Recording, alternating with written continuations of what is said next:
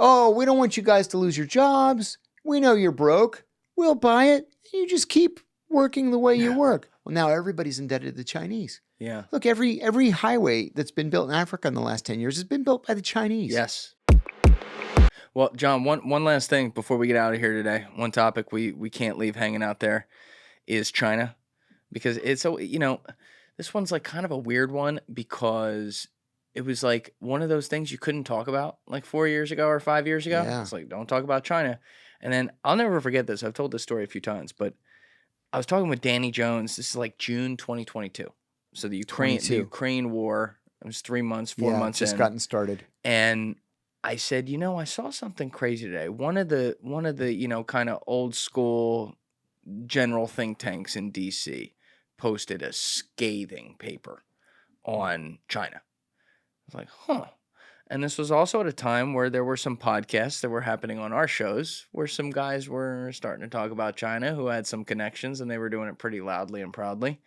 And I'm like, I think this is going to shift. Huh. And I'm telling you, overnight, like it had probably already started, it suddenly became like YouTube wanted that content.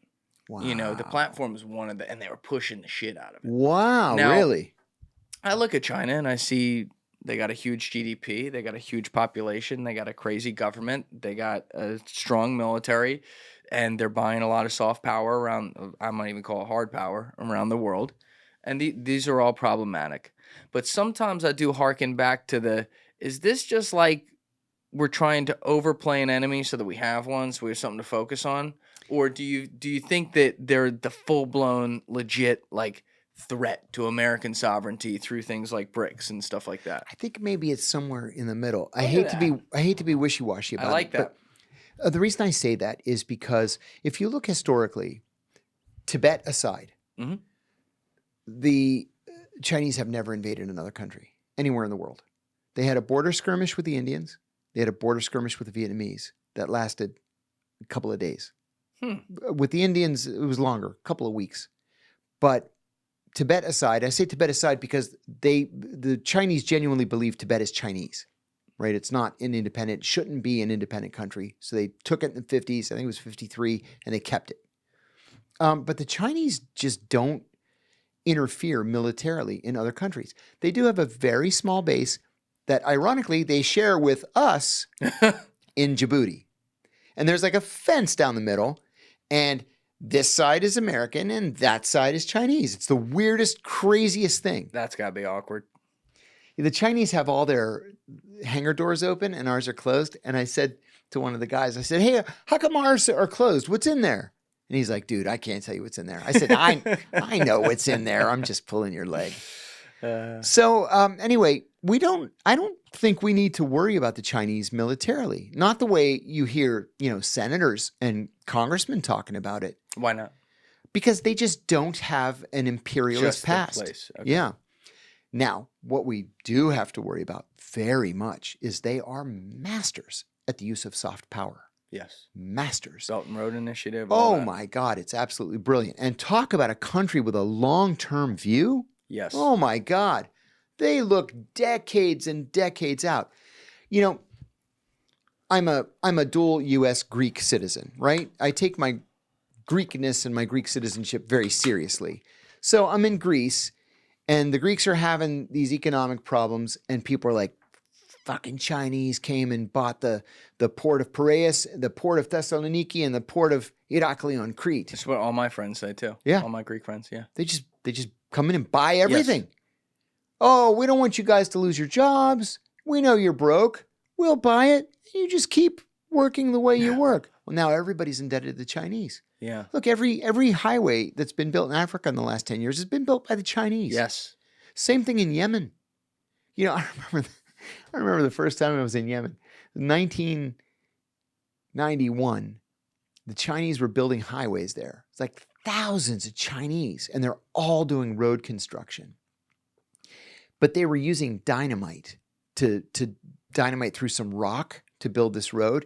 And the tribe, that they still had nomadic tribes there. They were furious at all this noise. And so one day, this Chinese, I don't know what he was, a corporate leader, the ambassador, somebody, some senior Chinese guy came in a helicopter. And they're doing a ceremony and dedicating cutting the ribbon and dedicating the highway. And here the tribe had tied ropes to the helicopter, and they tied the ropes to like a dozen camels, and they're dragging the helicopter into the desert to punish the Chinese for making all that noise building the road. Whoa. There's even a monument on one of the hills overlooking Sana'a. It's a monument to the Chinese road workers who were killed by tribesmen while they were building the roads. The Yemenis had it up to here with the Chinese. Sounds like it. But then the Africans were like, hey, you're welcome to come here. Come We're on happy in. to take your money. And that And works. they can't pay it back. No, and the Chinese don't expect it back. But instead, if you can't pay it back, how here. about, you let us stay. Or you let us process all of your rare earth metals. Because most of the rare earth metals that are mined are not processed on site. There's so much waste involved that you can't make money. But the Chinese have so much money that they're happy to take the loss on the ore processing because it sort of buys them an in with the countries that mine it. You know, you go to Congo, for example, or whatever they're calling it now. I guess it's Congo. And the biggest embassy in the country is the Chinese embassy. It's not the American embassy or the Russians. Used to be, but it's the Chinese. Yeah, Africa's like ground zero with It this. is. It's everywhere. When you talk with Sean Ryan, I want you to talk with this about him. Or Okay. talk about this with him. Will do. Because I know like he feels really strongly about this stuff. A couple years ago when he was on my podcast, we talked about it a bunch. He's like, John is here, John is there, John is everywhere. They are. And, They are. And it's hard to deny that. And it's like it happened without anybody noticing. And then by the time the international community noticed, it's too late. They're everywhere. And how do we roll that back? We don't know. Well, we also like accept the fact that they won't integrate our tech companies in there, but they integrate all theirs here. It's like this double standard. It is a double standard. And then there's even soft power with like the weapons of the mind. Like, this is the one place where like the communism works. It makes me sick to say that, but like with their kids, on their TikTok, it fucking shuts off at 9 o'clock at night, first of all. And secondly, they're getting science videos and they're getting like good videos. Here, it's 24/7 and kids are getting titty videos. Yes. And brain melting videos. Oh my So they're God. using our freedom and democracy against itself. And in this one anecdotal example, they're using their lack of freedom for themselves in a long-term investment. Stuff like this bothers me. And your earlier point about fentanyl should not be understated. That's not an accident. I'm going to have this guy, Ben Westhoff, in here. He did an amazing podcast like probably 6 years ago with Joe Rogan. He wrote this book called Fentanyl Inc. Oof. You ever see this? No. Guy was like a culture reporter, not a reporter on any of this stuff. He was assigned some story like in the music industry to cover. And while he's talking to some source in the story, the guy offhand mentions fentanyl and like what a problem it is. And Ben had heard of it, but he's like, tell me more about it. And very quickly he realized, holy shit. And he went down the rabbit hole. And he's a savage. This guy, Ben, bought a ticket to China, like he's an author himself, and said, let's just see how easy it is to get fentanyl. Wow. And he like, I'm going to let him tell the full story when he comes in here, but he goes to like this full warehouse and everything. And they're like, so you want it in that package or you want it in this package? Oh my God. And then you see that these guys are also working directly with the cartels who can just truck it across the border. It's a reverse opium war. Oh my God. And that's a big problem. Yeah, that's a big problem. Mm-hmm. You think they're going to clean that up?